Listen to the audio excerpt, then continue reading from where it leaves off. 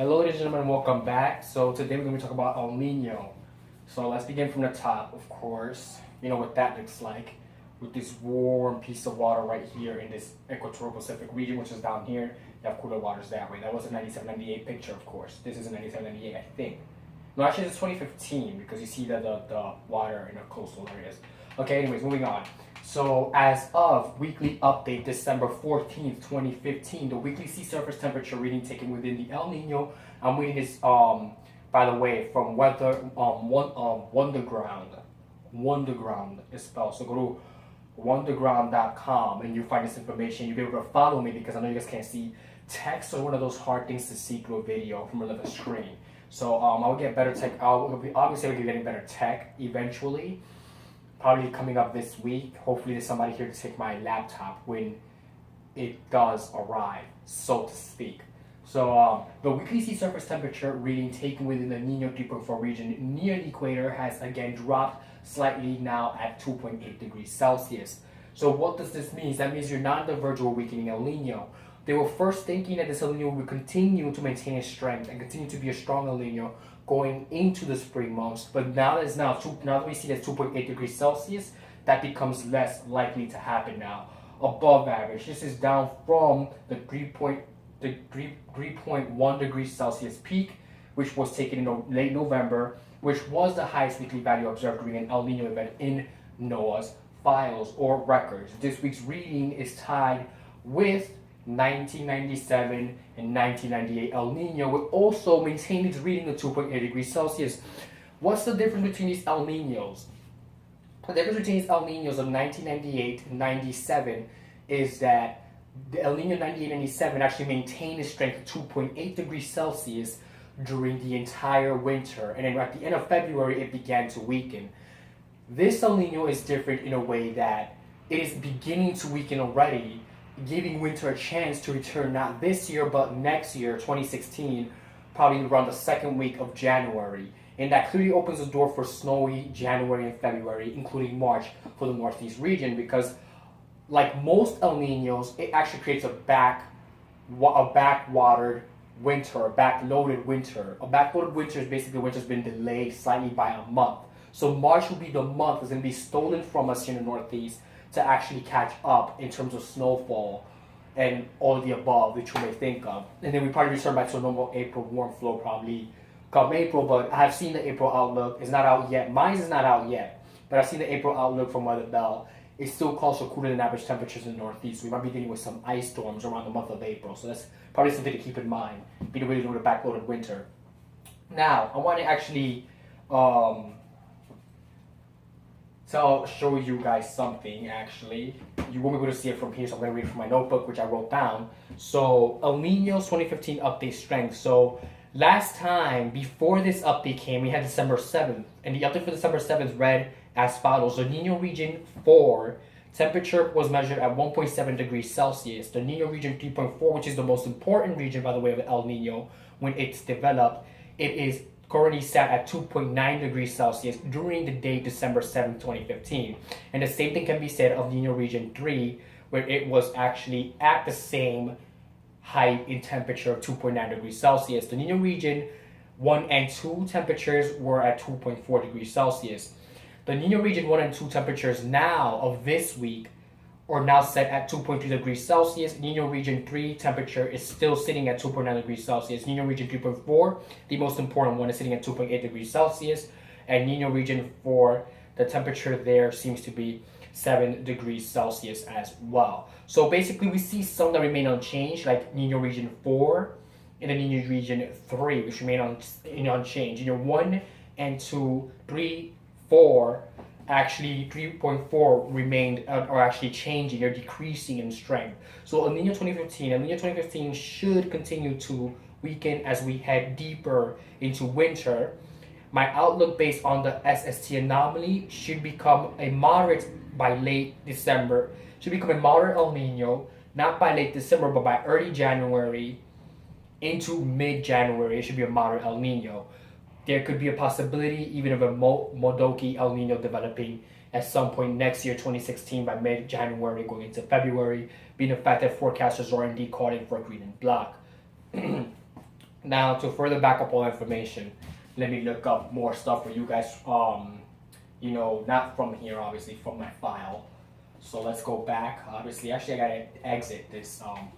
And here's my file. You see that it says you won't be able to see anything from there, really. So this is all mine, really. So basically, what we want to type in here at the top, it's not any of this stuff I have here. So I'm gonna actually exit that out. So let's press X on this guy. We want to put El Nino.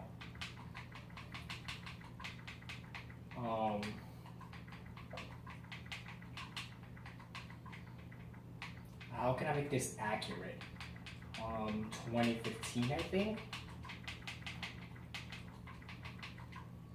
Let's see if it searches. Let's find it. Let's see what happens. So El Nino 2015. It's the way it's spelled because it says Nino. It's kind of hilarious because in my country, El Nino is spelled N-I. We have two N's in our alphabet in Spanish. I'm not sure if you guys ever noticed that, but that's the reason why we say Nino and not Nino. So we're gonna look at the mid-November data plume is what we're looking for. So basically, as of August 2015, it was a Central Pacific thing. And we have these guys here as well, which, of course, you press view image, it kind of blows up. You guys can actually see that. So basically, March, April, and May 2015, this is what that looked like. It was starting to develop April, May, June 2015. Basically, all the heat from the blob basically went towards El Nino. May, June, July 2015, notice the blob began to weaken over here in this area where my finger is, and El Nino began to strengthen. June, July, August 2015. The blob is actually starting to come back a little bit, and then you have the warmth which began to develop, and that's when we started noticing the influences of El Nino during that time period.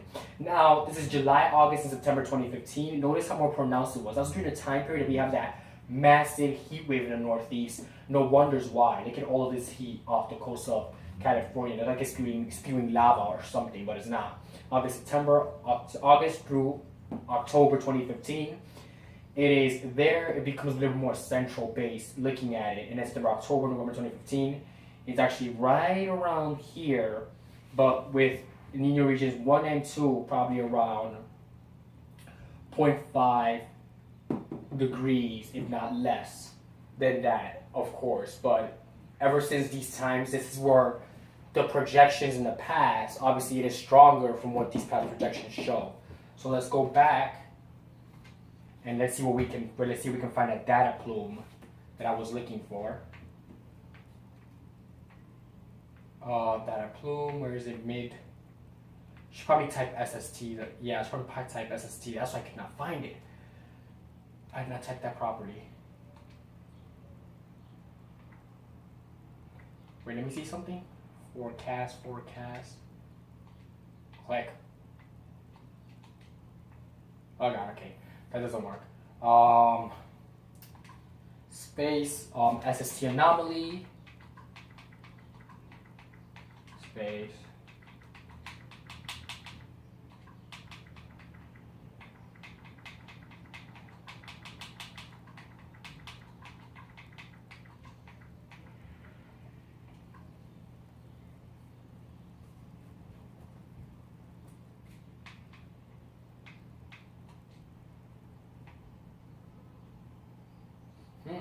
That's odd. That's not all there is when you type it. Should be more. Oh, it's not done loading yet. That's what's going on. Can't connect to the. Of course I cannot connect to the web. Oh, I hate it when this happens. Okay, so let's focus here a bit. So El Nino currently right now, it is one of the strongest El Nino that's ever existed within the past few years. However, the current El Nino as of right now basically is weakening. So what does that mean and what can that entail for our winter? That means that the NA will become negative as we head into January. There are actually signs by forecasters in the assembled models that show that by January 14th, we're going to start heading to much more cooler times here in the Northeast region, while the West has more to warmer times as that ridge begins to develop. So mostly likely, I will not see Southern California, the southern tier of the Pacific southwest get any rain probably till the first week of the end of the first week of January, and then that's when we're gonna start seeing that more southerly storm track develop as the jet stream dips in the northeast, obviously, and we create a trough. Forecasters are all calling for this, so there's no need to argue about this one. So the current state of NAO is it's currently in the positive phase. So for Christmas week, expect nothing but warm weather.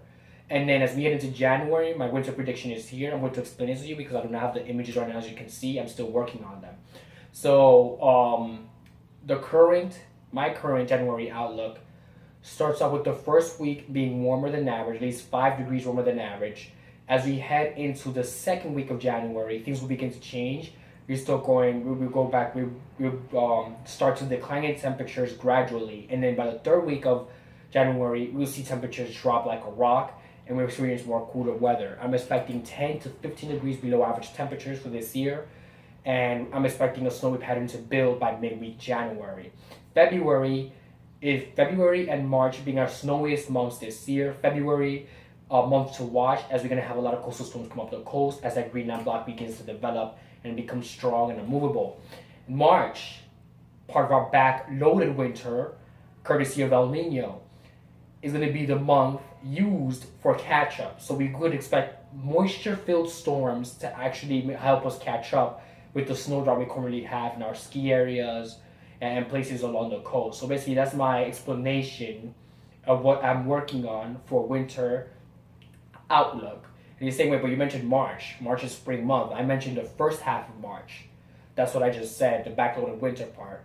I'll get you once we get to January, I'll get you the end of March into the first week of April outlooks because I do my outlooks by 2 weeks at a time. I do not do mine monthly, although I just did do it monthly. I did January and February, which is a monthly. It's a given. We already have enough data to suggest and enough evidence that El Nino is weakening. And when El Nino weakens, what corresponds is a dip in the jet stream in the east. Eventually that would happen, but it's going to take a while, of course. By the end of this month, December, El Nino should be at least 2.6 degrees Celsius, although the models show it at 2.0 degrees Celsius.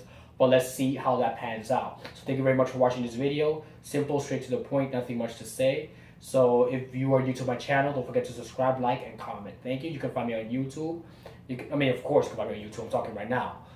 LOL. Okay, so you can find me on Twitter, Google, Instagram, and you can find me on Facebook. Any questions you need to ask, you ask it there. I will only ask your questions and you put hashtag ClimateFanaticNAO. Thank you very much for having me today, and stay safe.